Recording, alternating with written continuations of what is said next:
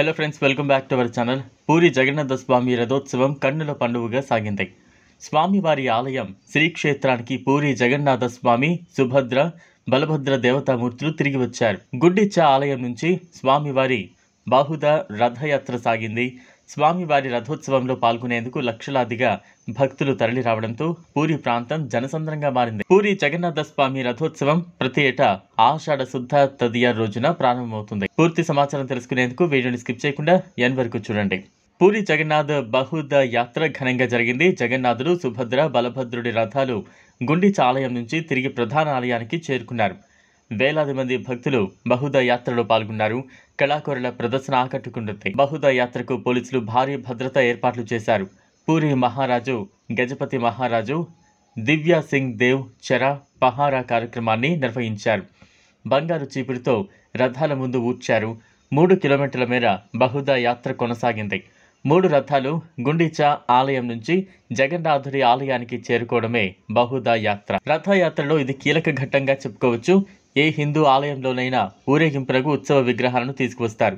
కానీ పూరి ఆలయం రథయాత్రలో మాత్రం జగన్నాథ స్వామి, బలభద్ర, సుభద్రలతో సహా ఏడాదికి ఒకసారి గుడి నుంచి బయటకు వచ్చి రథయాత్రలో భక్తులకు కనువిందు చేస్తారు. మూల విరాట్ విగ్రహాలే రథయాత్రలో పాల్గొనడం వలన జగన్నాథ రథయాత్రను భక్తులు అత్యంత అపురూపంగా భావిస్తారు. జగన్నాథుడి రథాన్ని నంది ఘోష అని, బలభద్రుడి రథాన్ని తాళధ్వజమని, సుభద్రాదేవి రథం పద్మధ్వజం అని భక్తులు పిలుస్తారు. ఆషాఢ శుద్ధ ఏకాదశి నాడు స్వామివార్లను బంగారు ఆభరణాలతో అలంకరిస్తారు. ద్వాదశి నాడు విగ్రహాలను మళ్లీ గర్భగుడిలోని రత్న సింహాసనంపై అలంకరించడం వల్ల యాత్ర పూర్తవుతుంది. బహుదా యాత్ర సందర్భంగా రత్న భాండాగారం లెక్కింపు ప్రక్రియను అధికారులు నిలిపివేశారు. దశాబ్దాల తర్వాత ఆదివారం రత్న భాండాగారం తలుపులు తెరుచుకున్నాయి. రత్న భాండాగారం తాళాలు పనిచేయకపోవడంతో కట్టర్లతో అధికారులు తలుపులు కట్ చేశారు.